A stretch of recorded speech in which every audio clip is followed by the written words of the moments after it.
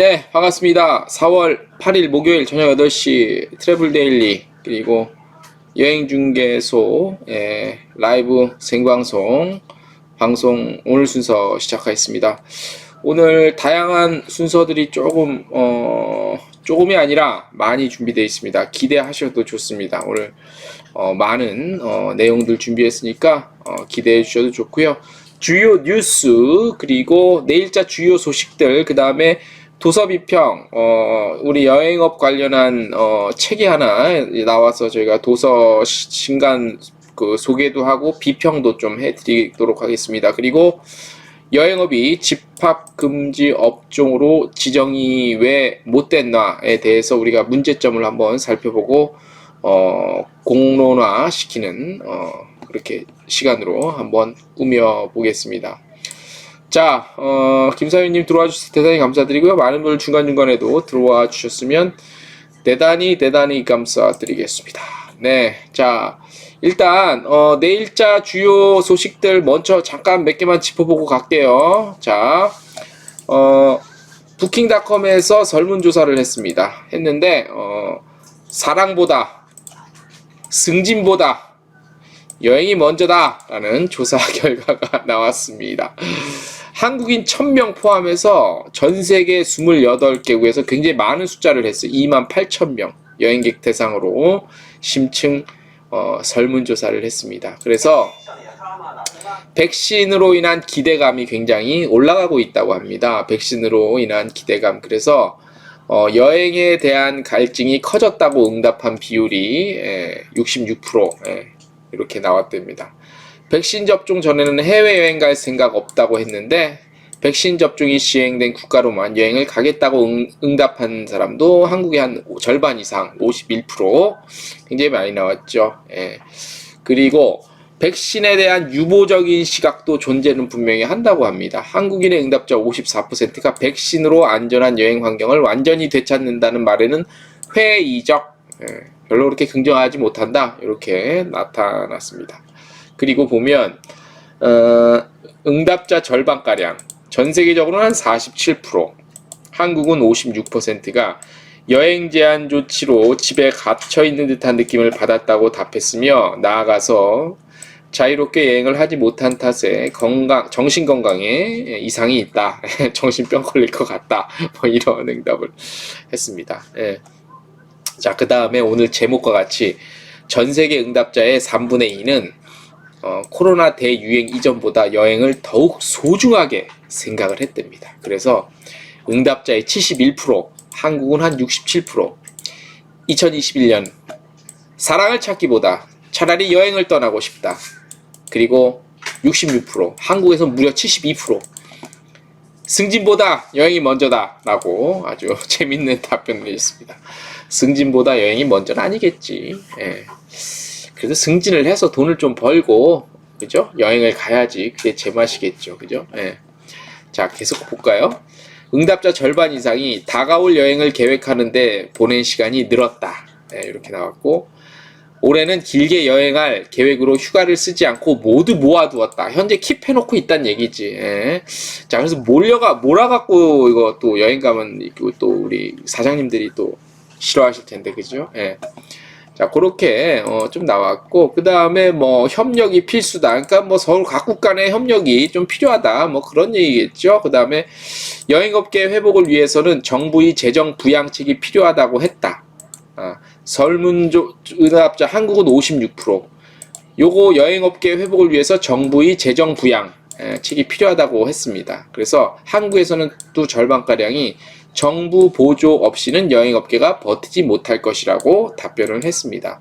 부양책이요. 재정 부양책이 우리나라에서 쓸 돈이 많이 있대요. 제가 저번에 우리 비상대책위원회 관계자분들과 국회 특별예산위원회 위원장 맡고 있는 더불어민주당 국회의원을 만나고 직접 저도 갔잖아요. 근데 그분 말씀이 돈 있대요. 돈 있는데 안 쓰는 것 같아. 그러니까 선거 졌지, 바보들아. 앞으로 전 세계 여행객들도 안전한 여행을 지원하기 위해 적극 나설 것으로 예상된다. 그래서 한국의 63%가 여행을 위해 백신 접종 사실을 증명해야 한다면 이를 받아들일 의향이 있다라고 답했답니다. 그리고 여행 중에 마스크 착용을 의무화하는 조치를 받아들이겠다. 뭐 마스크 정도야 가볍게 또 써주지. 예. 그리고 면제 대상이 아닌 이상 뭐죠? 마스크 없이는 여행 금지 조치를 지지한다고 답한 사람도 많았네요. 특히 한국이 많네. 71%. 한국이 마스크를 굉장히 잘 쓰죠. 그죠? 굉장히 친마스크 민족이다. 이렇게 답변을 드릴 수 있겠습니다. 그리고 응답자의 70%가 조심스럽게나마 앞으로의 사업 전망을 긍정적으로 점친다라고 답변을 했네요. 그렇게 그런 설문조사, 재밌는 설문조사였죠. 그 다음 두 번째, 요거는 이제 몇몇 분들은 좀 해당이 되지 않을 수 있고 될 것 같은데 중요한 소식이라 전해드릴게요. 중국 전담 여행사 선정하는 기준이 조금 완화됐습니다. 문체부가 시행 지침을 좀 개정해서라도 중국 전담 여행사가 약간 빡센 면이 없지 않아 있었거든요. 그래서 간염병 예방법 뭐 어쩌고저쩌고 이런 거 좀 반영해서 조금 완화를 시켜줬어요. 그래서 신규 지정할 때는 기술과 창의력 등 역량 있는 소규모 업체도 참여할 수 있도록 평가 전형을 일반 여행업 등록 1년 이상인 업체가 지원할 수 있도록 했고, 일반 여행업 등록 1년 미만 업체도 지원할 수 있는 이 전형까지 늘려서 진행을 한답니다. 그리고 뭐 이렇게 관련한 얘기도 있고, 그래서 4월 12일부터 25일까지 한국여행업협회 홈페이지, 카타죠? 홈페이지 통해서 접수를 할 수 있습니다. 그래서 혹시 인바운드 중국 쪽 여행, 전담 여행사 하실 계획이 있으신 분들은 참고있어서 조금 낮아졌다니까 참고하시고요. 세 번째 소식입니다. 재밌는 소식이에요. 요거 빨리 신청하시면 재수 좋으면 아이패드 공짜 받으실 수 있어요. 아이패드도 받고 홍콩 랜선 투어도 참여하고, 홍콩 광항청에서 진행하는 랜선 투어가 토요일입니다. 시간 맞는 토요일 낮 4시에 진행됩니다. 현장에서 진행되는데 이번에는 청차우섬이 소개돼요. 그런데 사전 신청하면 아이패드 선착순에서 뽑아갖고 커피 쿠폰이랑 아이패드 주는데, 커피 쿠폰은 될 확률이 굉장히 많아. 대부분 다 되고 아이패드 재수 좀 뽑힐 수 있어요. 자, 말씀드린 대로 무료 랜선 투어 4월 10일 토요일 오후 4시에 합니다. 두 번째 목적지는 청차우섬. 홍콩의 240개 섬 중에 하나고요. 섬 모양이 덤벨을 닮았다고 해서 덤벨섬이라고도 불리는데, 매년 음력 4월에 열리는 청차우 빵 축제로도 유명한 곳입니다. 여기 누가 진행하냐면 현지 사시는 가이드분이 있어요. 이게 굉장히 유명하신 분이에요. 현지에서 신용훈 가이드 분이랑 홍콩인 현지인이 있어요. 그래서 깜짝 출연해서 홍콩 소개하고 히든 스팟 소개하고 청차우의 유명 먹거리 어묵꼬치와 뭐 이런 것들 할 수 있죠. 랜선 투어 할 수 있는데, 제가 랜선 투어 저번에 한번 했을 때 봤거든. 정말 잘해요. 정말. 홍콩 랜선 투어 이 신용훈 가이드님이 하시는 게 한 3시간씩 하나 했는데, 통신 상태도 좋고 중간중간에 음악도 깔아주고 후회 없는 선택. 토요일 4시에 뭐합니까? 소파에 누워 계시지 마시고 누워 계셔도 핸드폰으로 보시면 돼요. 그래서 말씀드린 바와 같이 사전 신청하는 자 추첨 통해서 아이패드 되고 홍콩다방 상품권 등 푸짐한 경품 물론 랜선 투어를 하는 동안에도 빔 프로젝터 등 다양한 혜택 지원한다고 합니다. 카톡으로 내용 전송. 요거 부를게. 요거 긁어다 쓰셔야 되고, 내가 이따가 우리 김상규 대표님한테는 카톡으로 요거 링크 다시 보내드릴게. 자, 홍콩 랜선 투어 요거 해서 저 신청했어요. 재밌어. 재수 좋으면 아이패드 건진다.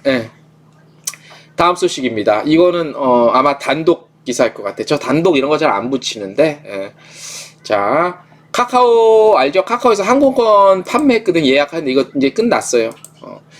그러니까 항공권 통해서 수익 돈 좀 벌어보려는데 돈 안 된다는 걸 알아서 고생만 하고, 그래서 이제 포기하는 거예요. 이런 여행사들이 얼마나 고생이 많어. 돈도 안 되는데 항공권 팔아줬는데 이 고마움도 모르고.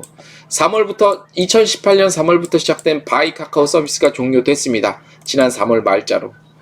실시간으로 최저가 항공권 검색하고 항공권 예약 및 결제 서비스를 제공해 왔죠.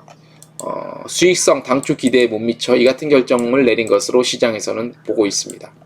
하지만 네이버는요, 여행업, 많은 수는 아닌데 여행업 경력직 사원을 모집을 하고 뭐 그렇게 굉장히 포스트 코로나 시대 대비해서 좀 더 여행 관련 컨텐츠 다루는데 좀 확장해 나가는 그런 추세로 보입니다. 예. 바이카카오 서비스 종료 이후 탑승 예정돼 있는 발권에 관한 건은 정상적으로 이용이 가능한 상태고요. 발권 건에 대한 문의는 예약한 여행사를 통해 진행이 되고 있다고 합니다. 그러니까 처음에 돈 좀 될 것 같아서 이쪽에 많이 뛰어들잖아요. 기존에 그래서 한참 막 이럴 때 있었잖아. 그 다음에 오픈마켓에서도 여행 관련한 컨텐츠 많이. 근데 이게 부가가치가 높지가 않고, 그러니까 여행사, 특히 여행업 관련해서 하시는 분들이 부가가치, 상공사 빼고 굉장히 안 좋은데, 무슨 대단한, 굉장히 많이 해외여행 간다 그러니까 대단히 큰 돈이나 벌 줄 알고 뛰어드는데 막상 와서 보니까 그게 아니니까, 슬슬 이제 사업 다시 좀 철수하는 그런 모양새로 가고 있는 것 같아요. 그래서 이거 보면 우리 여행업, 특히 여행사 종사하시는 분들이 얼마나 큰 돈 안 되는데도 불구하고 그건 모르고 말이야. 나라에서는 안 도와주고 말이야. 오늘 그 선거 관련한 얘기도 해줄게요. 왜 선거 관련해서 졌나? 민주당이 왜 졌나? 여당이 졌나? 뭐 많은 분석이 있는데 저희도 여행업계 입장에서 좀 분석을 해보도록 하겠습니다. 예. 저녁 식사들은 다 하시고 방송 들어오셨는지 모르겠습니다. 저도 방금 급하게 저녁을 먹고 지금 커피 한 잔을 마시면서 진행을 해드리고 있습니다. 그리고 시위 소식 하나 전해드릴게요. 지금 저기 어디죠? 전국 비상 정확한 이름이 뭐야? 내가 자꾸 너무 길어서 비대위 있죠, 비대위. 비대위에서 어제 세종시에서 저걸 했잖아요.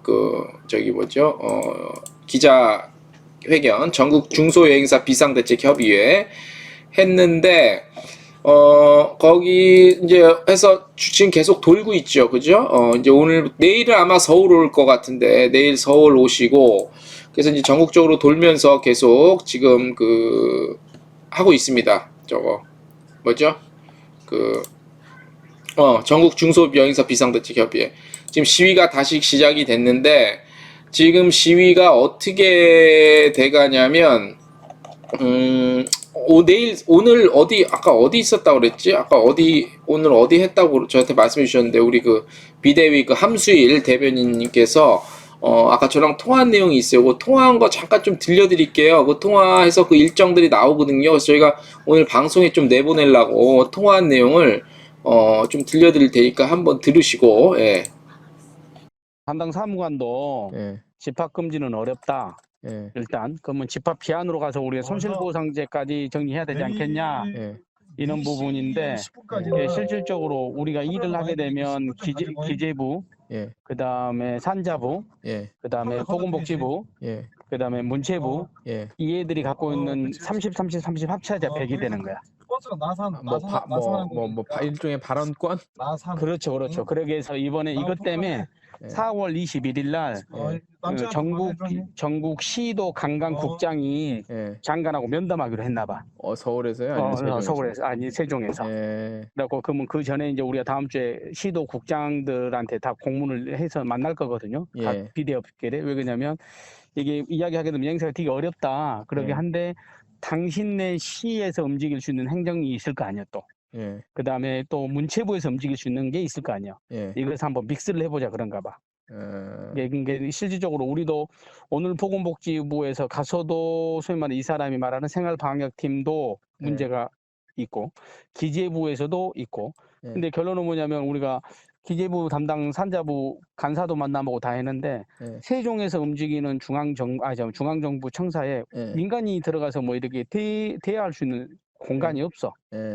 근데 이번만 이게 사무관이 이제 만나서 이야기했던 건데 이 양반이 이제 여행사 담당 사무관이 있고 주무관이 두 사람이 전국 여기 여행사를 다 관리하고만 이 사람이. 그러는데 말투를 또 알아먹대요. 한 2시간 이렇게 해서 이제 일단은 그걸 하게 되면 이제 전국 대표들이 어떻게 진행이 되는지 이 부분 또 아셔야 되는 거니까 그 부분을 제가 전달을 해드린 거고 일단은 사진하고 이런 것들 뭐 해서 조금 올려드릴게요. 일단 알겠고요. 네. 그리고 오늘 이제 호남했고 네. 어제 기자회견하고 내일은 이제 또 오늘 서울 호남했다고요? 오늘 강주에서 해죠. 강주광역시. 오늘이 강주광역시고 내일은 서울특별시. 내일 서울이요? 네, 이렇게 어디요? 서울은 이제 한 세 파트로 나눠질 것 같아요. 네, 인원이 어디? 많아서. 거기가 이제 내일이 김봉수 거기 비욘드 코리아 그쪽에서 그러니까 대표님들 모셔서 움직이는 것 같아요. 아직 어디서 위치 자리 잡을 건 아직 모르고. 내일은 문체부, 그러니까 장소는 어차피 문체부에서 해요. 전부 다 무조건. 이번 달 말일까지. 일단 제가 카톡으로 해서 찍어드릴게요. 전국에 있는 그 PD업에서 이렇게 움직인다는 거 제가 카톡을 드릴게요. 그렇죠. 알겠습니다. 네네네. 네, 감사합니다. 네. 아이패드 프로다 저거. 네, 잘 들으셨죠? 오늘 통화한 비대위 우리 함수일 대변인님과 통화한 내용을 좀 들려드렸고, 지금 집회 일정이 이렇게 된대요. 4월, 이게 잘 보이시나 모르겠네요. 잘 보이시는지 모르겠는데 좀 키워볼까요? 자, 우리 나중에 편집본 들으시는 일반 분들도 우리 중소여행사들이 지금 코로나 때문에 어려워서 좀 여러 가지 정부의 목소리를 내고 있으니까 같이 좀 한번 관심 좀 가져주시고요. 4월 8일날 광주 오늘 했고, 내일 서울 했고, 10일 부산 다시 내려갔다가 충청권 이렇게 일정들이 쫙쫙 해서 다시 쫙 돌아서 이렇게 지금 일정이 잡혀 있는 상태입니다. 그래서 우리 여행업계가 스스로 좀 생존하기 위해서 이렇게 몸부림을 치고 있습니다. 그래서 많이 동참해 주시고 박수도 좀 보내주시고 응원의 메시지 좀 보내주세요. 지금 뭐 다 어려운 건 알지만 우리 그 여행업계는 매출이 0입니다. 뭐 이건 0임에도 불구하고 집합 금지 업종에 지정이 안 됐습니다. 그래서 그 내용은 좀 이따가 저희가 계속 방송에서 오늘 메인 주제이기 때문에 말씀을 드리는 걸로 그렇게 좀 하겠습니다. 자, 이 정도까지 정리를 주요 내일자 소식 정리를 좀 해드렸고요. 이제 오늘 첫 그 주제는 도서비평 넥스트 투어리즘 요거에 대해서 저희가 좀 소개를 좀 해볼까 합니다.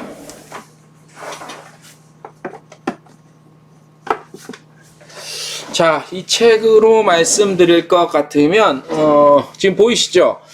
제목은 넥스트 투어리즘 관광의 미래 요런 제목으로 있습니다. 요거 책입니다. 책이고 요 책은 제가 이걸 책을 지금 홍보하는 건 아니고 제가 이쪽 이 저자 쪽에서부터 세종대학교 쪽인데 그쪽에서 받았어요. 이제 우리 매일 기사 중에 이제 신간 관련한 여행 관련한 신간 소개하면서 저희가 한번 그냥 그쪽에서 좀 읽어보시라고 해서 받아서 금방 2시간이면 읽겠더라고. 2시간이면 쫙쫙 읽게 돼 있어요. 그래서 300페이지 살짝 넘어요. 근데 한 2시간이면 진짜 저 한 번에 다 읽었거든요. 그래서 요 내용 중에서 화면빨 안 좋습니다. 화면빨 안 누가요? 누가 화면빨 안 좋아요? 그거 사진. 예. 아무튼 이거 넥스트 투어리즘 요 책을 오늘 좀 한번 소개를 좀 해드릴까 하고 제가 준비를 했습니다. 저 화면빨 실물이 더 낫다. 그렇죠. 아시죠? 제가 실물이 낫지. 이 화면 이 웹캠이 안 좋다니까. 웹캠이 비싼 거거든요. 이거 좋은 건데도 안 좋아. 화면빨. 실물이 낫지 대표님. 자, 넥스트 투어리즘에 대해서 오늘 중요한 내용을 좀 소개를 좀 해드릴까 합니다. 저희가 다 읽어보고 중요한 내용들 같이 공감할 정도 내용들 미리 좀 체크를 해서 저희가 사진을 찍어서 같이 좀 보여드리려고 그래요. 자, 아쉬운 부분도 있어요. 비평이기 때문에 다 좋다는 얘기만 할 수 있는데 약간 아쉬운 부분들이 있어. 아쉬운 부분들이 뭐냐면 뭐 여러 가지 많지는 않고 몇 개 좀 정말 팩트가 아니다 뭐 이런 건 아닌데 조금 아쉬운 점이 조금 있긴 있어요. 그게 뭐냐면 이제 일단 이 책에 만든 지은이들이 어떤 스펙들이 굉장히 좋습니다. 경희대학교 관광 관련 그 학과의 윤지환 교수 비롯해서 공적, 그러니까 경희대학교의 미래관광연구회가 있어요. 여기 이제 여러분들이 많은 분들이 같이 한 6, 7명 분인가 몇 분이지 총해서 한 5분이 공적 같이 했는데 그동안 연구한 관광 트렌드와 다년간의 데이터 분석을 통해서 한 10개의 키워드로 정리를 했습니다. 그래서 10개의 키워드를 뭐 다 말씀드리긴 조금 시간이 부족하고 그래서 온라인 구매도 할 수 있어요. 온라인 구매할 수 있고 그리고 이제 온라인 구매하면 가격이 좀 싸요. 싸는데 정가는 한 16,000원 정도, 한 300페이지고 2시간 만에 우리 업계 관계자분들 한번 반드시 읽으셔야 돼. 그리고 관광 전공하시는 분들도 반드시 읽어야 돼. 이거 정리를 잘 해놨어.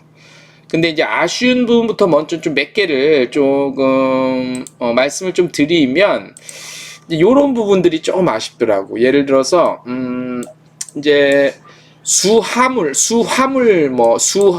좀 표기를 했어요. 수화물 다 맞아요. 수화물 사전에 찾으면 다 맞아. 다 쓸 수는 있는데 엄격히 따지면 수화할 때 월화수할 때 수화는 그 손 아래 들고 다닐 수 있는 작은 물건이야. 근데 틀린 표현은 아니야. 근데 지금 현재 인천공항이나 대부분의 항공사들이 표기를 할 때 다 공통되게 수화물로 쓰고 있어요. 그래서 이렇게 수화물 쪽이, 왜냐면 이게 그냥 뭐 그림은 모르겠는데 이게 전문적인 책이기 때문에 거기서 수화물로 좀 표기한 게 약간 또 기자의 시선으로 봤을 때 약간 좀 아쉽더라고. 좀 그런 것들이 조금 더 완벽하게 그러니까 일상적으로 많이 쓰는 용어를 좀 혜택해 줬으면 좋지 않겠느냐. 뭐 그런 아쉬움도 없지 않아 있었고요. 그다음에 뭐 그건 이제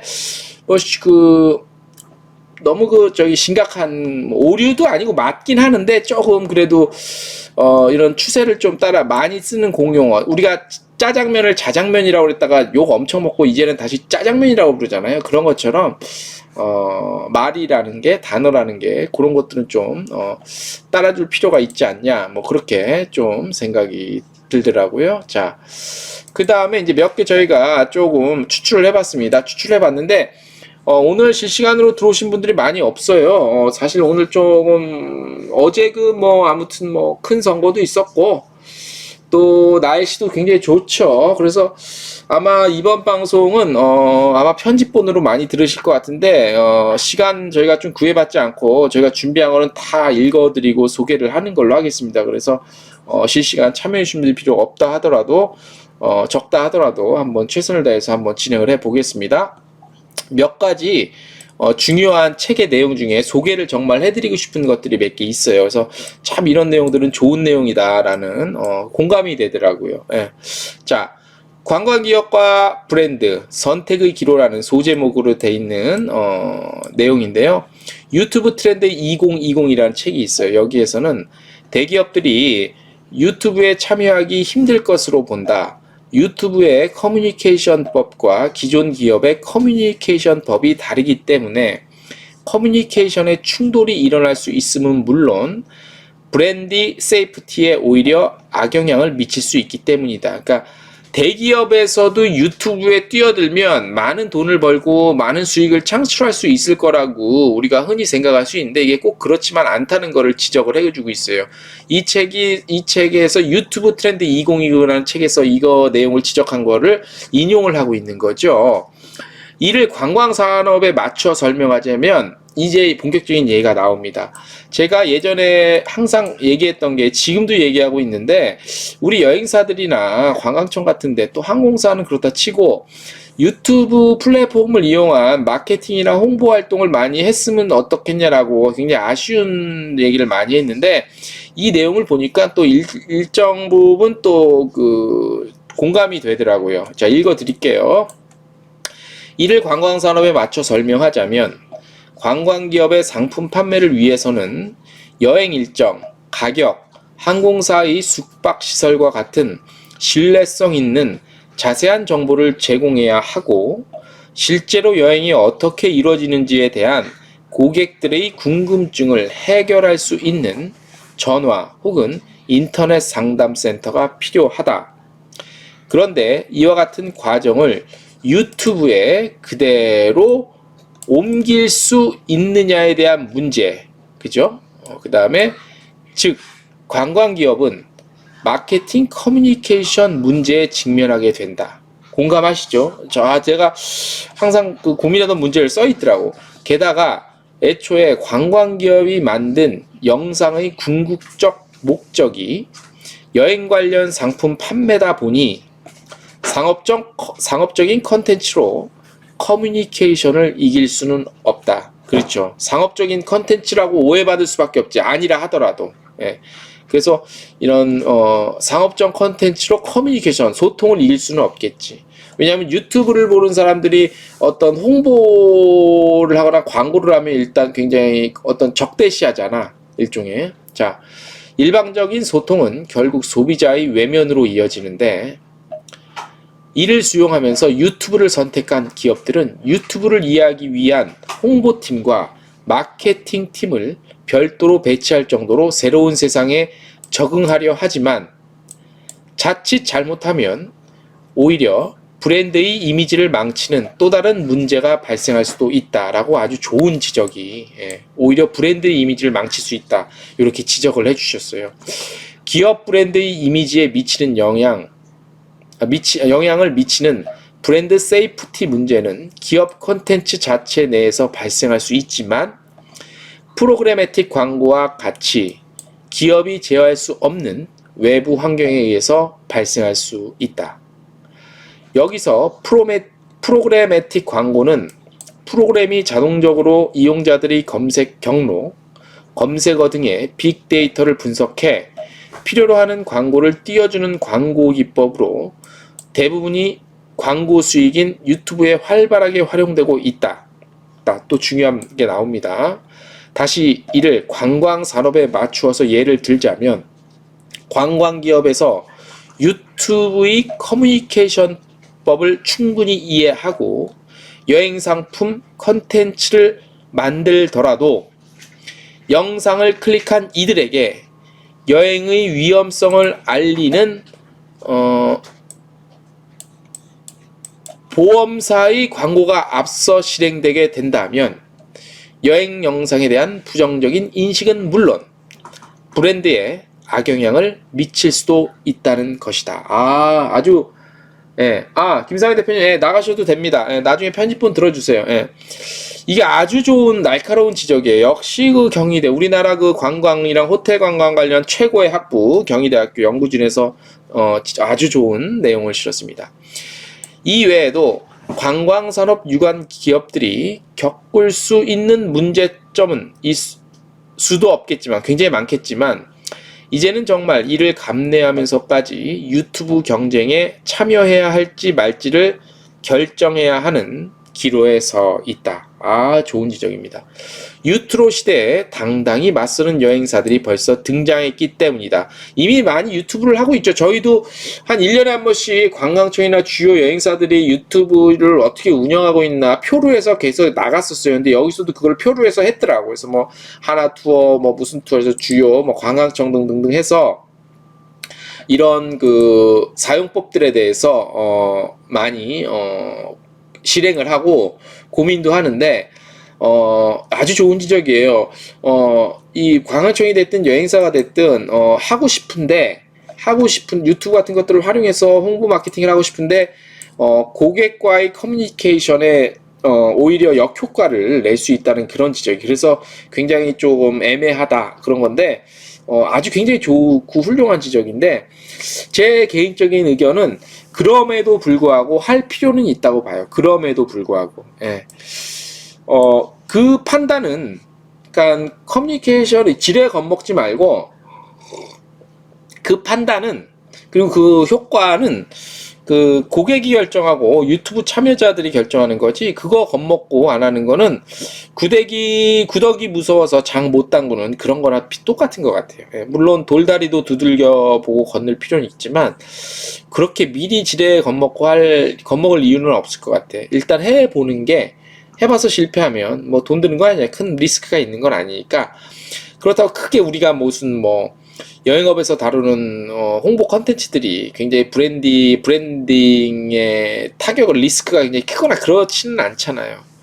그래서 한번 시도해보는 것도 좋지 않겠냐, 뭐 그런 생각이 들고, 그 다음에 잠깐 자랑을 좀 하자면, 요 책에서 저희 트래블 데일리를 좀 인용한 178페이지, 179페이지 보면 외국인이 좋아하는 한국의 액티비티 표로 나온 건데, 요거 저희 2019년 10월 기사 중에 하나 있는데, 요거 트래블 데일리에서 인용을 또 하셨더라고요.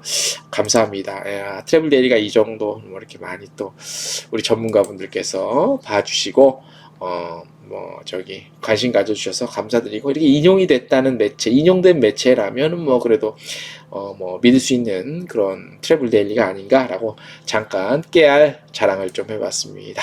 감사드리고, 저희 트래블 데일리에 관심 가져주셔서 대단히 감사드립니다. 자, 계속해서 한번 소개를 해볼게요. 그 중에 또 이제 시니어 여행 관련한 그 섹터에 하나 또 있어요. 일본의 예를 좀 들었는데, 이것도 이런 부분들도 앞으로 우리나라 여행사들이 좀 많이 도입을 할 필요가 있지 않겠느냐라고 여기서 사례를 소개를 해준 겁니다. 일본 같은 경우에 직접 여행사 직원이 돼 볼 수 있는 클럽 투어리즘 여행사입니다. 시니어들에게 여행 친구를 만들어주기 위해 탄생한 클럽 투어리즘은 일본의 킨키 니혼 투어리스트라는 여행사에서 분리된 일본 대표 시니어 여행사다. 클럽 투어리즘은 단순히 노인들을 위한 여행 상품을 판매하는 것을 넘어서 여행을 통한 타인과의 만남, 여행에서의 배움, 그리고 건강 등을 고려한 세심한 여행 컨텐츠를 제공하고 있다.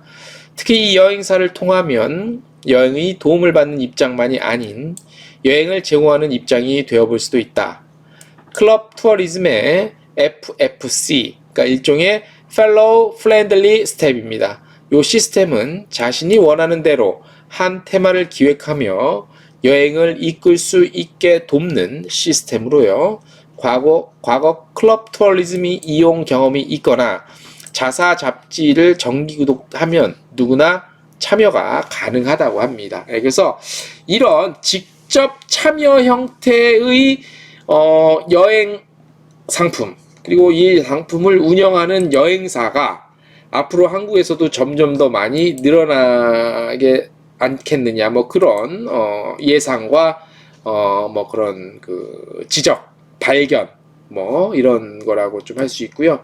그 다음에 좀 저의 개인적으로 눈길을 끈 또 구절이 있었습니다.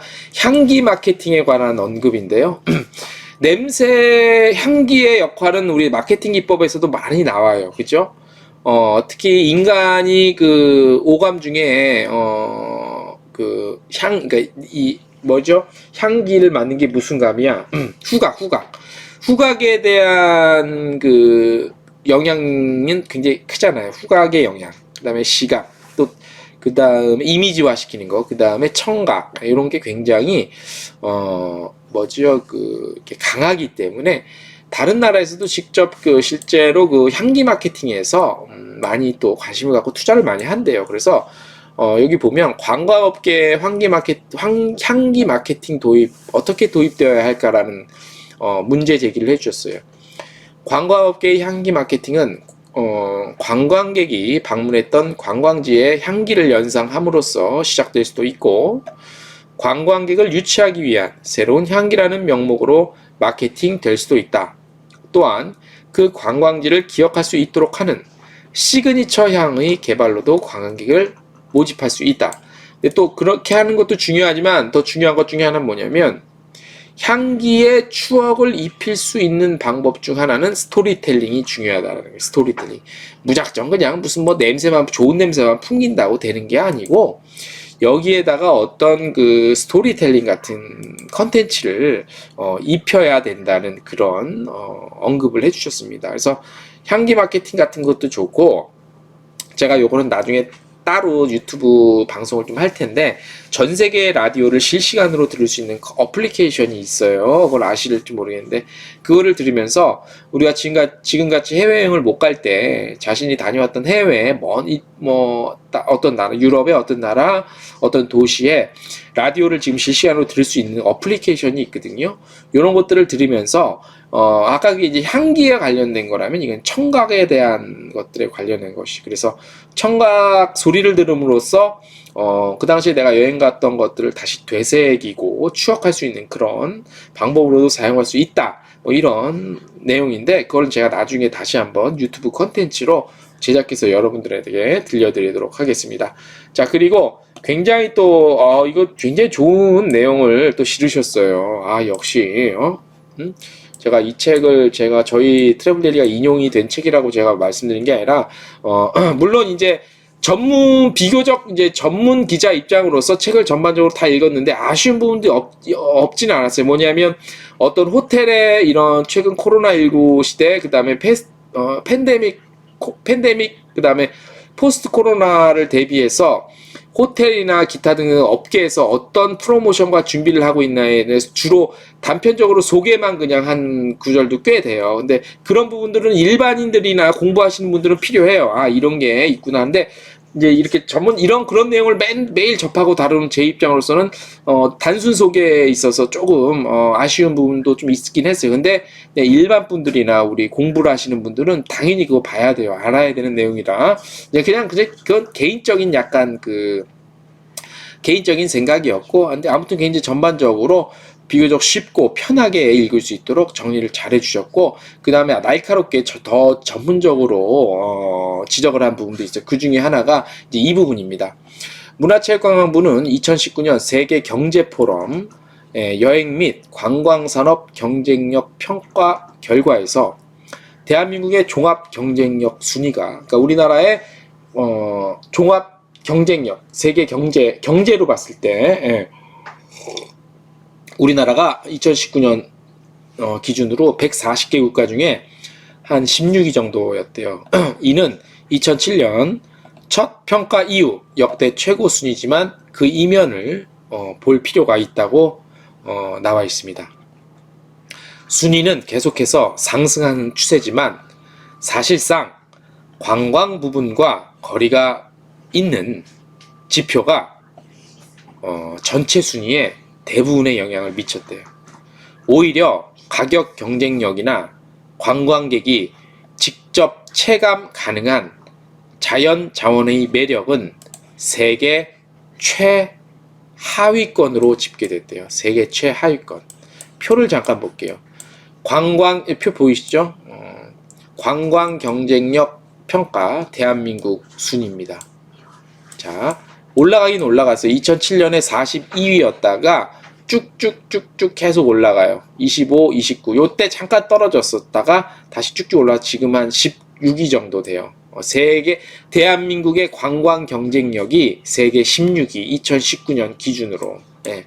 자, 뿐만 아니라 관광정책 우선순위는 53위의 낮은 순위로, 이는 관광산업의 발전에 대한 정부의 의지가 다른 강대국에 비해 그리 높지 않은 것으로 판단된다. 엎친 데 덮친 격으로 코로나19는 물론 글로벌 OTA들이 국내 시장을 선점하고 잠식하면서 우리나라 관광기업들이 설 자리가 사라지고 있다고 지적을 해주고 있습니다. 아주 좋은 지적입니다. 그래서 최근에 관광벤처기업들을 어느 나라나 조금 발굴하려고 애쓰고 있거든요. 우리나라도 한국관광공사에서 적극적으로 나서고, 그리고 각 지자체별로도 관광벤처를 개발하고 발굴하려고 공모전을 굉장히 매년 큰 예산을 들여서 해요. 저희 트래블데일리도 2015년 창업을 했잖아요. 그때 한국관광공사에서 주최하는 요 관광벤처 사업 2개 분야가 있어요. 예비 창업, 원래 사업했던 사람. 근데 저희는 창업할 즈음이었기 때문에 예비 창업 부분에 저희도 당당하게 뽑혔습니다. 그래서 지원금을 좀 받았어요. 많이는 아닌데, 네, 오마이걸 유한희 TV님, 들어오셨군요. 16강은 찍었었습니다. 저희도 그 광역벤처기업 출신이긴 하는데 광역벤처를 전 세계적으로 많이 발굴하려고 하는데 사실 예전에도 저희가 말씀드린 초창기에는 숙박 관련한 그 기업들이 많이 나왔는데 이제 너무 뻔한 거야. 그래서 요즘에는 굉장히 다양한 분야에 많이 나오고 있어요. 근데 그 또한 문제가 있다라는 점을 한국에서 국내 최초로 지적을 했어요. 저희도 기사에서 예전에 칼럼 형태로 몇 번 다룬 적은 있는데 역시 경희대 관광 호텔 관광 분야 국내 넘버원 뭐 아무튼 잘하시는 우리 경희대 연구진들 그리고 교수님들 이렇게 하시는데 여기 보면 그 지적을 굉장히 잘 해놨어요. 자, 제목부터가 관광산업 모르는 관광 벤처 기업입니다. 자, 볼게요. 관광산업은 숙박, 교통, 외식, 문화 등의 다양한 산업으로 구성되어 있어서 트렌드 변화에 민감한 특성이 있다. 트렌드에 적합한 아이디어와 열정으로 가득한 관광벤처 기업이기에 미래 관광산업에 긍정적 영향을 줄 것으로 고려되지만 관광산업에 대한 이해와 경험이 부족한 경우에 실질적인 장기적 운영과 성과 창출은 어렵다고 볼 수 있다. 특히 최근의 신생 관광 벤처 기업들 중에서 기술력은 상당하지만 실제 현장에서 필요한 역량은 부족한 경우가 종종 있다. 따라서 관광 벤처 기업의 생존력을 늘리기 위해서는 경제적 투자도 중요합니다. 여기서부터 관광업계를 이해할 수 있는 기회를 제공하는 것도 필요하다. 그 예로 기존 관광기업들과 관광벤처 기업들이 그러니까 기존의 여행업체들 진짜 뭐 여행사들이겠지 그죠? 그 다음에 관광벤처 기업들이 서로 정보를 교류할 수 있는 장을 마련하는 방법이 있다. 이게 기존에는 한 번도 없었어요. 그리고 기존의 여행사들이 있죠. 오래된 여행사들이 관광벤처를 초창기에 무시했어. 뭐 니들이 뭘 어깨를 알아 이러면서. 그런데 이런 화두가 몇 년 전부터 나와서 작년인가에 코로나 터지기 전에 하나투어랑 이 관광벤처 기업 중간에 연결해주는 그런 어떤 이벤트 있었어요. 한 기회가. 결과가 어떻게 됐고 진행이 어떻게 됐는지 모르는데 코로나 때문에. 자, 계속해서 읽어드릴게요. 이를 통해서 기존 관광기업들은 새로운 아이디어와 기술을 도입할 수 있는 계기를 갖고 관광벤처기업들은 현실적인 사업 모델 구축을 통한 경영지속 가능성을 높일 수 있는 좋은 기회가 될 것이다. 이 두 기업의 만남을 위해 다양한 형태의 상호 교류 기회를 만들어 나가야 할 것이다. 이러한 교류는 한국관광공사 또는 서울시와 같은 정부기관이 운영하는 관광벤처 사업의 사후관리 차원에서도 반드시 이루어져야 한다라고 아주 좋은 지적이 나왔습니다. 예. 이런 지적을 한다는 것 자체가 굉장히 확실히 연구진의 그 어떤 연구 성과도 그렇고 제대로 시장을 보셨습니다. 몇 개 좀 더 남았어요. 읽어드릴게요. 현재 관광산업의 트렌드는 관광산업과 첨단 기술의 결합, 이른바 트래블 테크가 부상하고 있으며 VR, AR, AI, 로봇 등이 결합된 관광산업의 디지털 트랜스포메이션이 출현하고 있다. 미래 관광에서는 위의 트렌드를 적용한 컨텐츠 및 관광상품으로 새로운 관광산업 생태계가 조성될 것이다. 그렇기에 이전과 같이 해외 단체 관광객에 의존한 양적 성장보다는 신성장 관광 분야의 활성화를 통한 관광산업의 질적 성장을 우선시해야 한다. 그러므로 비교적 현장 경험이 많은 기존 관광기업들과 기술력이 높은 관광벤처 기업들의 만남은 필수적이다. 아주 중요한 지적이고, 그 다음에 제2의 타다 사태, 신규 관광벤처기업과 기존 관광기업과의 충돌에 대해서도 나왔어요. 이거 시각에서 좀 생략을 하는데 여기까지만 얘기드리고, 타다 문제 요거가 한때 심각했었잖아요. 근데 요게 이제 신규 관광벤처기업이잖아. 요거랑 기존의 관광기업의 충돌, 이거는 정확히 엄격히 말하면 기존의 관광기업 간의 충돌이 아니라 기존의 이거는 엄격히 말하면 택시업계, 운송업계잖아요. 거기와의 충돌 때문에 타다가 이제 쏙 들어간 거잖아요. 요 문제도 상당히 심각해요. 이번에 이 어제 그 선거 얘기를 여기서 연관을 안 시킬래 안 시킬 수가 없는데, 기존에 뭐 무슨 중소벤처기업부에서 뭐 여러 가지 뭐 잘했다고 계속 하는 것도 있어. 물론 그런 부분은 박수를 쳐줘야 되는 부분인데, 이런 부분에 있어서 부족했던 점이 굉장히 많아요. 그러니까 일반 사람들은 타다가 어떻게 사라졌냐에 따라서 뭐 아시는 분들은 아실 수 있고, 관심이 없는 분들 잘 모르잖아. 근데 카카오 택시 같은 거는 막 활성화되면서, 그 다음에 최근에 뉴스 보면 우버 같은 게 지금 뭐 국내에서 활성화될 거라고 그러잖아. 근데 타다는 왜 없었어, 그러면? 우버 들어올 거면. 우버는 사실 그 유럽이나 미국에서 우버는 굉장히 이미 활성화가 너무 오래전부터 돼 있어요, 다. 나가서 택시 타면, 해외 가서 택시 타면 우버예요, 요즘에. 웬만하면 다 우버예요. 근데 우리나라에서는 뭔 놈의 규제 때문에 뜸들이고 있다가 최근에서야 우버 뭐 들어온다고 난리 뭐 뉴스에서 대대적으로 그거 하는데, 그러면 타다는 뭐냐 이거야. 소비자 입장에서 이용하는 데 있어서 타다와 우버의 차이는 없어요. 타는 사람이, 이용하는 사람이, 그게 관광객이 됐던 일반인이 됐건 간에 이용의 편리함과 안전함과 효율성이 있으면 되는 거예요. 그런데 택시업계나 운송업계에서 난리 친다고 그거 눈치 보고 또 이런 관광벤처 기업들의 이런 아이디어, 물론 이거 타다를 한 사람이 뭐 벤처기업 출신이긴 하지만 뭐 그냥 청년 벤처 갑자기 나타난 사람은 아니잖아. 유명한 사람인 건 알잖아, 누구나. 뭐 그게 중요한 건 아니고, 아무튼 그게 다 같잖아. 그러니까 그런 정책 부분에 있어서 하나하나 각 분야별로 따져 들어가서 그동안 정부 여당, 집권 여당이 해왔던 일에 대해서 지적을 하면 사실 굉장히 많아요. 그래서 그런 부분들이 한데 모아져서 이게 어떤 표심으로 나타난 것도 사실 무시할 수는 없어요. 저도 저번에 한번 그 방송에서 저의 그걸 했잖아요. 뭐지? 자기의 정체를 밝히는 거 뭐라 그러지? 갑자기 생각이 안 나. 뭐지? 아무튼 나 정치적인 성향을 내가 밝혔잖아요. 저는 좀 골수 민주당만 지지했던 정치적인 입장을 취해왔던 사람인데도 불구하고 초점이 왜 깨지지? 초점아 맞아라. 초점이 갑자기. 예. 그런 입장인데도 불구하고 이 관광 분야, 특히 관광산업 관련한 분야에서 정책을 어떻게 펴나를 보면 사실 비판할 게 너무너무나 많고, 고쳐야 될 것들이 너무 많아요. 그런 부분에서도 영향을 좀, 받지 않았나. 뭐, 그렇게, 뭐, 나름대로 그냥 제 생각을 합니다. 비판할 것도 비판을 하고, 지적받아야 될 것들은 지적을 좀 받아야 된다고 봅니다. 예.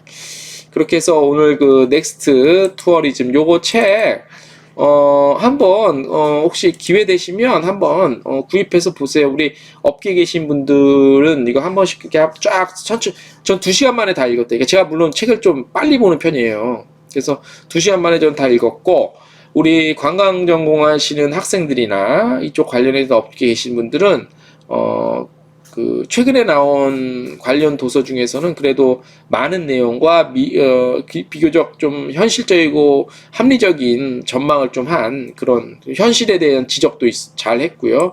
그런 조금 내용이 괜찮은 책입니다. 그래서 한번 기회 되시면 한번 구입해서 보시기를 저는 또 강력하게 또 추천을 드리는 바입니다. 네. 자, 그렇게 해서 오늘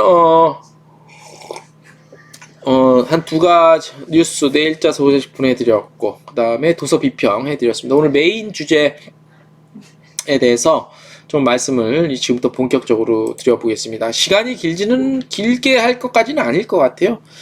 좀 핵심만 좀 찝어서, 제가 좀 나름대로 분석을 하고 좀 취재를 그동안 다녀오면서 느껴왔던 것들을 좀 종합 정리를 좀 해봤습니다. 그래서 어떤 부분들이 좀 문제인가 한번 같이 한번 공감을 해보도록 하겠습니다. 자, 여행업이 그 집합금지 업종으로 지정이 안 됐죠. 예. 자, 이게 그 진짜 우리 여행업계에서 4차 재난지원금 저거 되기 전에, 결정 나기 전에 여행업계에서 정말로 쫓아다니면서 시위도 하고 많은 부분 애를 써왔습니다. 조르기도 하고 좀 시위하면서 반협박도 좀 해보고 뭐 광학버스 1500대 끌고 오겠다 뭐 그런 것도 해보고 별의별 일을 했는데 결국은 안 됐어요. 안 됐는데 그냥 경영위기 업종으로 지정돼서 뭐 500 얼마 받았죠? 많이 받으신 분들이 한 400 정도 받으신 300인가 400 정도 받으신 걸로 그렇게 알고 있고, 또 각 지자체별로도 또 어떤 몫이 있어갖고 거기서 조금 받고 해서 한 400, 3, 400 못 받아도 한 3, 400 해당되신 분들 받으셨을 것 같은데, 그 중에서 일부는 전혀 못 받으신 분들도 있고, 어제 저희 그 방송 그 댓글에 어떤 분이 아예 지난해 매출이 0이다 보니 이거를 어떻게 받아들이면, 0이 매출이 아예 없으면 휴업 또는 폐업으로 간주해서 아예 대상 자체가 안 된다고 그렇게 통보를 받았대요. 너무 얼마나 억울하겠어요. 그게 사실이라면 그것도 정말 세심하게 살피지 못한 거지.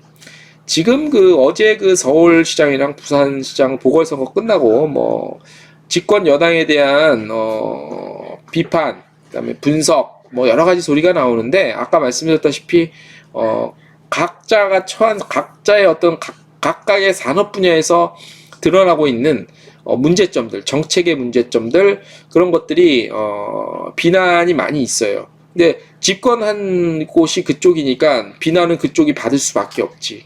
뭐 여론 지형의 문제, 뭐 환경의 문제, 이런 것들 이제 차치하더라도 일단 각 산업 분야에서 정책 실현을 어떻게 잘 했냐라고 봤을 때 여행업 관련, 관광산업 관련해서 그다지 잘한 것은 아니다. 일단 이런 위기 상태에서 뭐 전 국민의 보편 지원이냐, 뭐 선별 지원, 이걸 떠나서 여행업도 이론적으로 굉장히 말이 안 되는 거죠. 집합금지 업종이 왜 안 돼? 예를 들어서 어제 저희가 보도를 해드렸지만 여행사의 모객 행위가 5인은 안 되고 4인까지만 된다라는 것도 너무 어폐가 있는 거지, 그죠? 식당 같은데 5인 이상 금지이기 때문에 5명까지는 모여서 밥을 먹을 수 있잖아. 근데 여행사 모객은 5명도 안 돼. 가장 맥시멈이 4명이래. 이게 말이 되냐고요. 근데 실질적으로 이거는 집합 금지를 한 거잖아, 그죠? 집합 금지 자체를 한 거잖아. 근데 막상 집합 금지 업종 지정은 안 해줘, 그죠? 이게 왜야? 이거는 딴 거 아니에요. 여행업, 제가 저번에 칼럼에도 썼지만 여행업을 개차반 취급하기 때문인 거지. 다른 이유 없어요. 중요한 사업 아니라고 보거든. 뭐 수출 효자 상품도 아니야, 그죠? 수출 효자 상품이 뭡니까? 돈 까먹는, 항상 관광 수지 적자잖아, 대한민국은. 왜냐? 해외여행 나가는 사람이 더 많으니까, 우리나라에 들어와서 여행하는 사람보다. 그러니까 관광 수지는 매번 적자지. 전 세계적으로 관광 수지가 흑자인 나라가 얼마나 될까? 뭐 프랑스 정도? 프랑스, 이탈리아 정도? 워낙 많이 가니까. 아니면 최근에 동남아의 무슨 뭐 필리핀의 뭐 그런 쪽들. 그렇지 않고서 아직까지 완벽한 관광대국이라고 자부했으면 세계 관광 경쟁력 16위 정도 되는 수준이면 관광 수지 흑자는 기대하면 안 돼요. 그리고 아직까지는 관광 수지 적자라 하더라도 많이 나가서 많이 보고 배워와서 우리나라 경제가 10위권이긴 하지만 관광 컨텐츠 이런 것들 많이 보고 배워와서 우리나라에 잘 스며들게 정책 잘 해서 많은 사람들이 한국에 올 수 있도록 해야지 관광수지 흑자라는 게 있을 수 있지.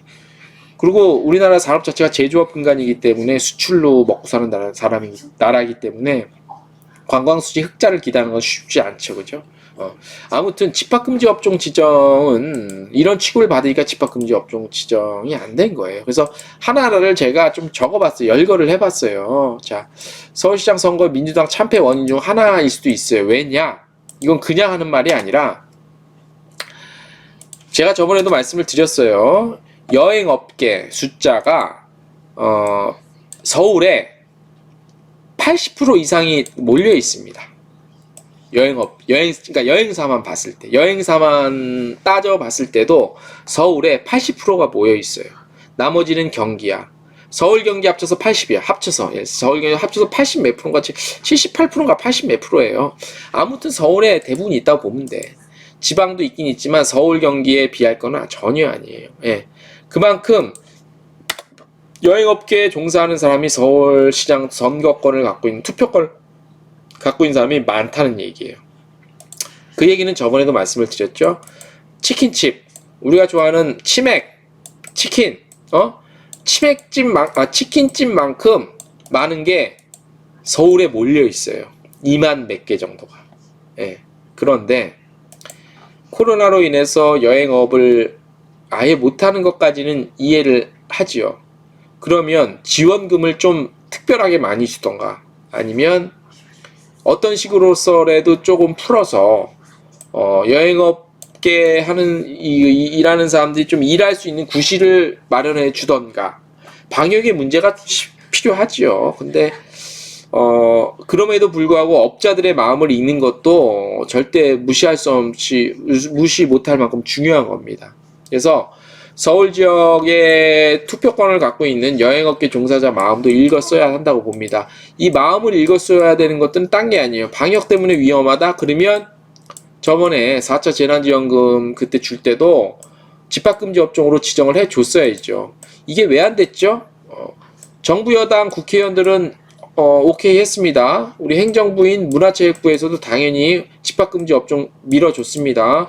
국회 문체위 위원장 도종환 국회의원도 오케이 했습니다. 그런데 이게 어디서 안 됐죠?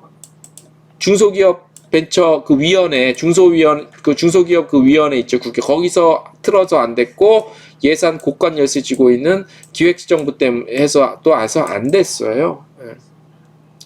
국회의원들 오케이 해주면 뭐예요? 안 되는데. 그러면 결과적으로 피해는 집권 여당한테 갈 수밖에 없죠. 왜 안 됐는지는 아직까지도 미스테리예요. 그래서 뭐 그때 몇 푼 받고 떨어지라 뭐 이런 식으로 사실 조금 그런 제가 그냥 느끼기에 아유 그래 너네 여행업들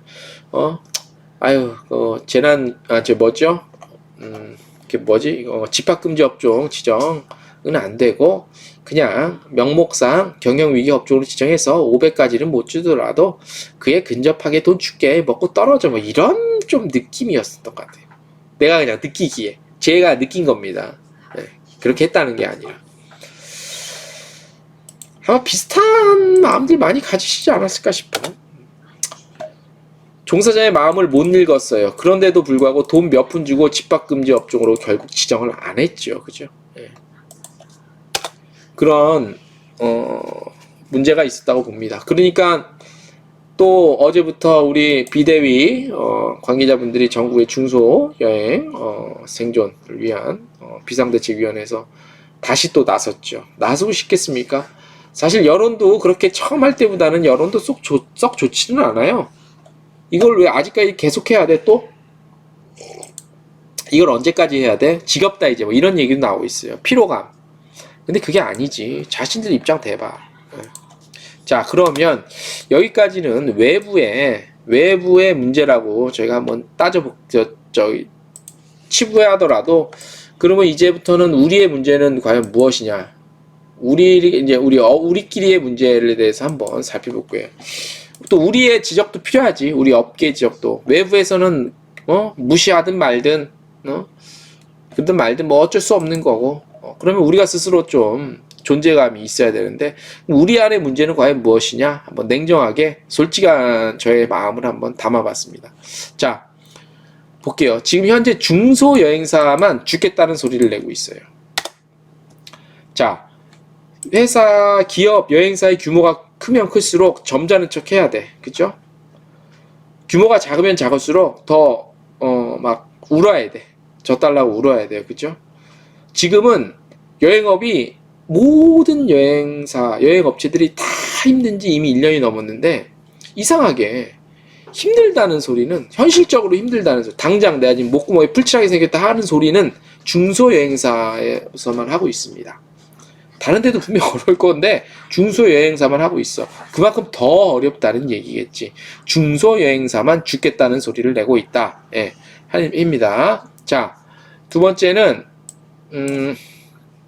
요거는 조금 실명을 좀 걸어놔서 뺄게요. 요거 직접 하는 것보다. 예. 두 번째는 제가 이제 그 시위 현장이나 집회 현장에 가서 그 각 지방에서 올라오신 분들, 특히 비대위 관련 뭐 뛰시는 분들의 명함을 다 받아요. 인사차. 명함을 받아보면 대부분 뭐 하나투어나 모두투어 전국 그 대리점들이에요. 대리점으로 이제 경영을 하셨던 분들. 그 중소여행사 명함을 받아보면 대부분 하나투어나 모두투어 등 간판, 대형 간판 여행사들의 대리점들이에요. 네. 자, 계속 이어갈게요.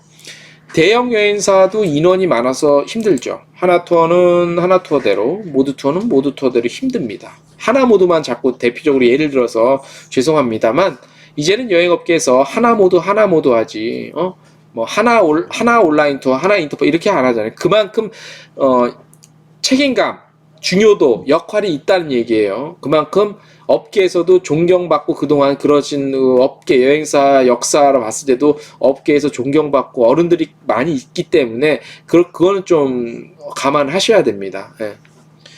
타겟으로 비난을 하는 게 아니라 대형 여행사도 힘들죠. 덩치가 크니까.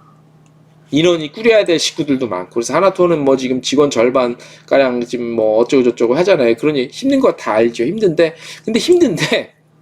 중소여행사만 나와. 자, 대형 여행사 뭐 상장을 했든 안 했든 아무튼 또 다 어쩌다 보니까 또 하나투어 모든 또 상장 여행사예요. 그죠? 예. 자, 이런 일이 있을 때요, 함께 할 필요가 있습니다.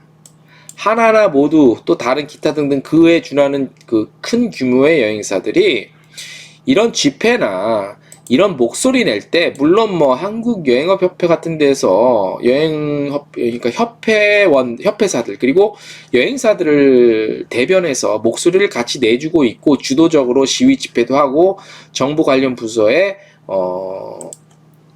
입장도 전달을 하고 목소리도 높이고 뭐 피켓 시위도 하고 그랬잖아요. 근데 그건 협회에서 당연히 해야 되는 몫이고, 그건 협회는 협회대로 이렇게 하는 거고, 협회는 최선을 다하고 있는 거고, 중요한 건 물론 시위 현장, 예를 들어서 뭐 저번에 청와대 앞에서 이거 할 때도 하나투어 김진국 사장 대표이사가 나와서 잠깐 참여하고 가긴 갔어요. 근데 사람들이 알아요. 그 피켓 시위하는데 저 한 명 서 있는 여러 명 중에 한 명인데, 그런 식 말고 하나투어나 모두투어 또 그 기타 밑에 그에 준하는 규모의 여행사들도 이런 거 시위 현장에 나오는 것도 필요합니다. 때로는 목소리를 같이 내줘야지.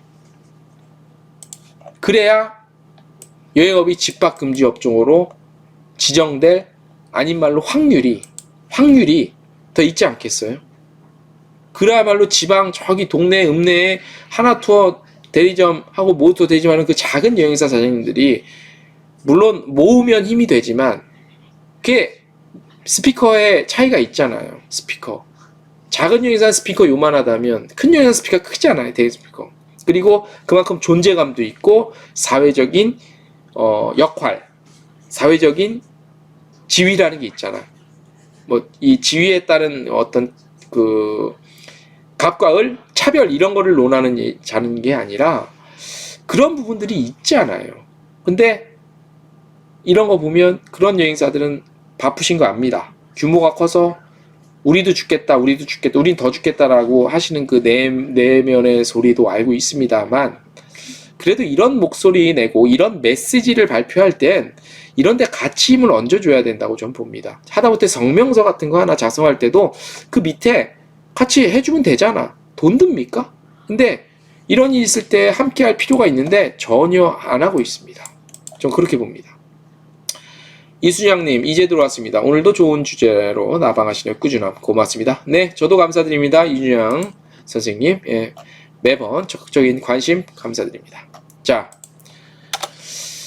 그래서 오늘 사실 제가 하고 싶은 말은 사실 핵심이 이거예요. 그래서 보면 또 시위를 하냐는 소리도 있는 걸 저 압니다. 근데 이게 과연 맞는 소리인지 전 되묻고 싶습니다.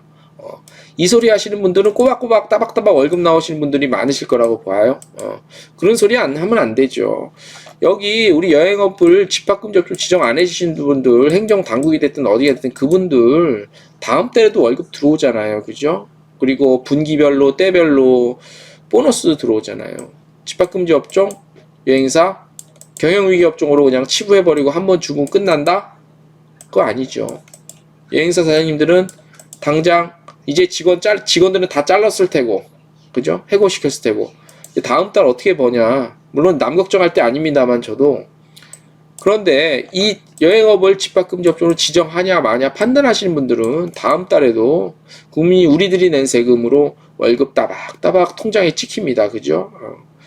그렇게 하면 안 돼요. 이건 이제 외부 문제고, 우리 내부 문제를 지금 얘기하고 있는데, 그런 그 내부 문제들, 그래서 우리가 이런 일이 있을 때 누구보다도 우리끼리라도 좀 합쳐야 되는데, 지금 보면, 그러니까 예를 들어서 뭐 하나, 모두, 기타 등등 대형 여행사들이랑 우리 뭐 전국 중소여행 그 비상대책위원회 그 다 같은 여행업인데, 누가 보면 완전히 다른 업종 같아요. 딴 나라 같아. 큰 여행사들은 어떻게 보면 대기업도 아니거든요. 그렇게 따지면 대기업은 자산 규모가 몇 조 이상이 되는데 하나터도 안 되잖아요. 근데 이거 보면 그들은 대기업이라 딴 나라 얘기 같아. 예. 그렇죠. 이수연 선생님. 제가 지금 한 말 그겁니다. 왜 하나, 모두, 한진, 롯데 같이 홀세일하는 것들은 왜 점잔을 떨고 가만히 있냐는 거지. 버틸 돈이 있어요? 없잖아요. 그죠? 상장된 회사기 때문에 돈을 뭐 감자를 하든 증자를 하든 아무튼 돈을 그걸 할 수 있는 방법은 여러 가지 있어요. 그죠? 뭐 신주 인사권 부사채 같은 거 발행하고 전문적인 용어긴 하지만 할 수 있는 거 알아요. 근데 그걸로 버티는 게 정답은 아니라 분명히 필요 없나? 집합금지 업종이? 없을 수도 있겠다. 왜냐? 집합금지 업종으로 되면 업체당 한 군데 뭐 500, 예를 들어서 4차 재난지원금 기준으로 하면 집합금지 업종으로 지정됐을 때 한 개의 회사당 500만 원이거든? 그죠? 그러면 하나나 모두 같은 그런 큰 회사에서 그거 500만 원 한번 받으려고 그 노력을 하지 않겠지. 그죠? 하겠어요? 임원 한 명 월급이 500만 원이 넘는 회사들인데. 그런데 그렇게 생각하는 거면 대단히 이기적인 거예요. 그죠? 왠지 왜 이기적인 건지 아세요? 홀세일 업체고 간판이잖아. 예? 기존의 대리점 1인 기업들을 운영하시는 분들도 많대. 대리점들이 많이 판매를 해줬잖아. 하나, 모두, 기타 등등 큰 회사들의 브랜드를 이용해서 대리점들은 영업을 해와서 돈을 벌었고, 큰 회사들은 이런 대리점들이 뛰어줘서 돈을 번 거잖아요. 근데 집합금지 업종으로 지정돼 봤자 업체당 500만 원 받으니 우리같이 큰 회사에서 500만 원이 무슨 이익이겠냐, 이렇게만 생각한다면 물론 비즈니스라 나의 이익이 우선이에요. 최우선. 그죠? 나의 이익. 국익으로 따지면 우리나라같이 국익이 최우선. 비즈니스로 따지면 우리 가게, 내 사업체 이익이 제일 중요해. 기업 운영의 가장 기본적인 철학이니까. 그죠? 내 회사 이익이 중요해. 그거 평상시 얘기고. 그리고 정상적인 거래를 통한 그 중요한데, 굉장히 지금 섭섭하다는 소리가 많이 들려와서 제가 이런 말씀을 드립니다. 왜 이순양님 말처럼 왜 그런 큰 회사, 홀세일 여행사나 큰 규모가 큰 여행사들은 왜 이럴 때 점잔 떨고 있냐는 거지. 집합금지 업종으로 지정이 돼도 우리는 500만 원밖에 받지 않아. 끝이야. 이거라서 그런 것도 있겠지만 그래도 이럴 때는 다 같이 한 목소리를, 하나의 메시지를 낼 필요가 있습니다. 메신저는 여러 개가 많으면 많을수록 좋아요. 하나의 메시지를 낼 수 있는 메신저는 많으면 많을수록 좋은 겁니다. 그래야 힘이 모아져서 우리의 의지와 뜻이 전달이 되는 겁니다. 이걸 아셔야 됩니다. 이걸 모르지 않을 텐데. 그죠? 아니면 우리가 굳이 거기 가서 뭐 해야겠어? 그지? 우리가 굳이 예를 들어서 롯데 JTB 같은 경우는 모기업이 롯데그룹이라 대기업이라 점잔을 계열사이기 때문에 점잔을 어쩔 수 없이 눈치 보면서 떨다고 쳐. 근데 하나 모두 이런 데서는 충분히 한진도 좋아. 한진도 대한항공 어쩌고 한진그룹이라 쳐. 좋아. 거기까지. 근데 최소한 그나마 역사적으로나 봤을 때 그다음에 그 상징성으로 봤을 때 하나 모두에서 같은 목소리, 같은 메시지를 내는데 동참을 했으면 그 집합금지 업종 지정에 될 확률이 더 높지 않았겠냐라는 생각을 해봅니다. 여러분들 생각은 어떠십니까? 그동안 나타난 현상, 그리고 그동안 취재해왔던 거, 취재 현장 갔다 오면서 느낀 바입니다. 예. 하나 되지 못함. 물론 이럴 때 하나 되면 더없이 좋겠지. 근데 쉽지가 않은 거지. 근데 큰 노력, 지금 현재 발로 뛰는 거는 우리 작은 여행사들이잖아요. 메시지 하나를 낼 때 같이 동참해주는 이런 분위기여야만 당장 여행업계가 집합금지 업종으로 지정이 되지 않더라도 다음에 이와 유사한 사례가 나오거나 비슷한 사건에 접하면 힘을 발휘할 수 있는 겁니다. 힘. 전국에 치킨집만큼 많은 여행사 숫자를 갖고 있는 여행업이 이런 대접을 받을 수밖에 없는 이유, 외부적인 요인이 더 큽니다. 그런데 굳이 따지자면 외부적 요인이 60이라고 하면 우리 내부의 책임도 40은 된다 라는 점을 오늘 트래블데일리와 여행중개소와 트래블데일리에 여러분들께 전해드리고 남기고 싶은 메시지라고 할 수 있습니다. 자, 오늘 저희가 준비한 소식은 대략 여기까지입니다. 오늘 신간 소개도 해서 조금 전문적인 얘기라 조금 지루하셨던 분들도 분명히 있을 줄 압니다. 하지만 저희 컨텐츠의 정체성은 그겁니다. 가볍게 여행 데스티네이션 소개도 해드리긴 하지만 또 이런 것들로 저희는 승부하고 있습니다. 많은 관심 가져주시고요. 오늘 실시간 방송 들어와 주신 분들 많이 계시고 이수연 선생님 꽤 긴 글을 남겨주셨습니다. 읽어드릴게요. 오랜만에 사무실 나갔더니 우편물 쌓여 있던 것 중에서 중구구청에서 등록 면허세 독촉장 왔기에 전화를 해서 이것 연장이나 보류 안 내면 안 되냐고 물어보니 여행업 당연히 면허세 내야 된다고 여행사 어려운데 이것 유보 안 되냐고 질문을 하니까 하는 말이 국회에서 코로나라고 여행사 관련법이 안 바꾼 것이기에 라고 말하더라고요. 폐업 안 하면 세금 내라고. 자, 제가 아까 말씀드렸다시피 어제 서울시장에서 깨진 이유 참나.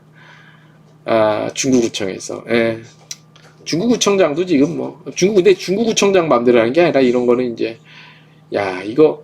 이 문제도 우리 업계에서 다뤄줘야 돼요. 다뤄줘야 되고 협회에서도 이런 문제에 관심을 가져줘야 된다고 봅니다. 등록면허세가 얼마 되는지는 저는 여행사를 그걸 안 해서 잘 모르겠지만 사람이요 세금을 100만 원을 내건 10,000원을 내건 이 기분 문제거든. 근데 당연히 이 전화 받은 공무원은 그야말로 진짜 기계적으로 일했지. 그죠? 근데 같은 말이라도 저런 식으로 얘기하면 정냄이 떨어지지. 독촉장으로 연체료까지 내라고 하더군요. 안 내면 폐업하라고. 굉장히 원칙적인 얘기만 하는 거지. 아니 그러면 폐업해요 그냥. 폐업하고 그리고 정부에서 또 여행업 등록 쉽게 해줬잖아. 문턱 낮게. 잠깐 돈 잠깐 넣었다 빼면 되니까. 하여간 어떻게 저런 식으로, 제가 지금 화나서 드리는 말씀인데 노파심에 폐업하라고 노파심이 말씀드린 것 좀 이해해 주시고, 저도 화가 나서 그런 식으로 정책을 하니까 서울시장 뺏기고 부산시장 뺏기는 겁니다. 그 많은 의심되는 정황들이 있었음에도 불구하고. 아휴, 제가 정치적인 얘기는 안 하려고 했는데 그런 부분들은 분명히 욕먹어야 됩니다. 이건 비난받아야 마땅합니다. 이런 부분, 제가 처음에 말씀드렸잖아요. 방송 시작할 때. 저도 정부 여당을 굉장히 좋아하고 계속 찍어왔던 사람이고 뭐 그렇지만 각 산업별로 이렇게 들여다보면 이렇게 너무나 허술하게 허점들이 많아요. 예. 이런 부분들은 밑에서 이런 걸 뭐 대통령이 잘못했다 그런 건 아니지만 행정부처가 있고 담당 공무원이 있고 뭐 담당자들이 있을 거 아니에요. 그런 데까지 잘 전파가 안 된다니까. 그러니까 실제로 체감하는, 실제로 뭐 시민들, 국민들이 체감하는 변화나 뭐 좀 편의 뭐 이런 것들이 없는 거지. 뭐 그래서 그래 이런 거지. 그 놈이 하나 저 놈이 하나 다른 게 없는 거야. 그죠? 그러니까 꽤 말만 많고 시끄럽고 싸우는 것 같이 비치는 쪽을 찍어주고 싶겠습니까? 기분 문제인데, 정치는 기분이고 저 이미지인데. 그러니까 이놈 안 됐으니까 이놈 이미지. 이러니까 계속이 아니라 이번에 이렇게 저기랑 이제 참패를 한 거지.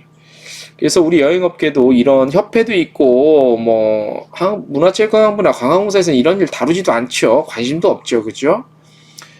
우리 협회가 됐든 아니면 이번에 비대위 쪽에서든 됐든 이런 내용들 좀 더 구체적으로 디테일하게 좀 다뤄주고 인식할 필요가 있어 보이고 굉장히 중요한 문제라고 생각이 듭니다. 오늘 조금 길어졌습니다. 이수영님 억울한 마음 질문 댓글로 남겨주셔서 제가 그거 같이 좀 말씀을 드리다 보고 전하다 보니까 좀 얘기가 길어졌습니다. 저희 트래블 데일리 홈페이지, 지금 유튜브 통해서 댓글을 많이 남겨주시는데 트래블 데일리 홈페이지에 우리 독자들이 이런 억울한가고 생각하거나 좀 남기고 싶은 메시지, 글들을 적을 수 있는 코너를 하나 준비를 해서 마련해 놓을게요. 그 트래블 데일리 홈페이지에서 이런 부분들, 부조리 또는 좀 억울하다고 생각하시는 부분들을 좀 남겨주실 수 있도록 저희가 빠른 시일 내에 마련할 테니까 그런 거 통해서 같이 좀 공감하고 소통을 했으면 좋겠습니다.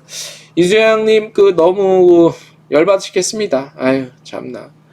이해가 100% 1000% 이해가 됩니다. 이런 부분들 조금 잘 정리를 해서, 근데 이런 게 있어요. 이런 게 나오면 뭐 억울하다고 해서 그냥 아무 생각 없이 논리도 없이 막 청와대 국민청원 놀러봤자 많아야 몇백 명 도입하고 끝나. 이런 거는 좀, 이런 일이 있으면 좀 같이 의견을 구하고 힘을 모아고 지혜를 모으고 해서 그 메시지를 전달할 수 있는 창구를 좀 일원화시킬 필요가 있어요. 근데 그런 게 없잖아, 우리. 그죠? 근데 그렇게 좀 접근을 해서 이런 부분들 좀 개선해 나가야 됩니다. 특히 아니면 뭐 그게 이제 지금 가입되신 협회가 있는지 없는지 모르겠지만 뭐 그게 한국여행협회가 됐든 중앙회가 됐든 해서 좀 얘기를 전할 수 있는 그런 게 됐으면 좋겠습니다. 약 7만 원 정도입니다. 그렇죠. 제가 말씀드린 돈 금액이 문제가 아니라니까. 7만 원이 없겠습니까, 당장? 그죠? 돈 금액이 문제가 아니고 마음이 몹시 너무 화가 났어. 예, 맞죠. 그거라니까. 7만 원, 7천이라도 기분 나쁜 거예요, 이거는. 그러면 예를 들어서 정부에서도 7만 원인 정도, 7천만 원이라면 내가 또 몰라. 7만 원이면 그러면 이렇게 정책을 정하면 되잖아. 그럼 코로나 사태고 지금 그 위기 업종이니 위기 업종이 아니라 아무튼 그런 업종이니 특별 고용 지원 업종인데 고용 지원에 대한 특별 지원이잖아. 고용 이 사장님들은 해당이 안 되잖아. 그러면 간단하게 그러면 이런 7만 원이 기분 문제라니까. 당장 일단 무기한 유보 뭐 이런 것들 아니면 감액 뭐 이렇게 한 절반 이하 뭐 이렇게 하면 되잖아. 그죠? 재난지원금도 선별적으로 지원해주면서 이런 거는 꼬박꼬박 다 받아가. 내가 말했잖아요. 그러니까 참패한 거야, 선거에서. 사람이 7만 원이 없으면 안 내겠습니까? 우리 이순양님이. 기분 문제라니까. 이게 이분뿐이겠어요? 딴 데도 마찬가지지. 아까 우리 유튜브 댓글 남겨주신 분은 아예 작년 매출이 없다니까, 0으로 나오니까 지원해준 데서 그런 아예 0이면 휴업이나 폐업으로 인정해서 지원금 대상자가 안 된대요. 이런 XX 같은 경우가 어딨어. 제가 말했지. 그러니까 선거 지는 거야. 서울에 여행사에 70~80%가 모여 있는데 이렇게 했으니, 이거 우리 관계자님 혹시 들으실지 안 들을지 모르겠지만 이런 것도 참 관심을 가져주셔야 됩니다. 그동안 세금 1원도 밀리지 않고 호박호박 납세금 다 했어요. 이거 깨야 하고 세금은 내야 되는지. 세금 안 내면 또 저거 들어오잖아요. 저도 세금이 꽤 많이 밀린 게 있는데 스트레스입니다. 자, 마음 추스리시고요. 이런 부분들 우리 협회에서도 좀 더 관심을 가져주시고요. 예, 가져주시고, 특별 고용 지원 업종은 엄연히 특별 고용을 하는데 특별히 지원을 해주겠다는 거예요. 고용을 특별 고용 유지 지원, 고용을 유지하는 데 있어서 시기가 시기인 만큼 특별히 지원을 해주겠다. 고용 직원들, 우리 고용주에 대한 지원은 집합금지 업종 지정도 안 됐고 그냥 경영지원 업종으로 먹고 떨어져라 뭐 이런 식의 지원은 갖고는 대책 없다. 그래서 다시 한번 우리가 좀 스스로도 좀 각성을 하고 좀 더 우리의 목소리를 합법적 테두리 안에서 낼 필요가 있다라고 정리를 하겠습니다. 자, 방송이 좀 길어지고 있는데요. 자, 오늘 방송 들어와 주신 이순양님, 오마이걸 유아린 TV님, 김상윤님, 쭈니쭈니 TV님, 그리고 많은 분들 감사드립니다. 자, 일주일 동안 날씨가 아주 좋은데요. 일주일 동안 건강히 잘 보내시고요. 오늘 방송 편집본 또 많이 좀 들어주시고 건강히 또 일주일 보내시기 바랍니다. 오늘 방송 여기에서 마치겠습니다. 안녕.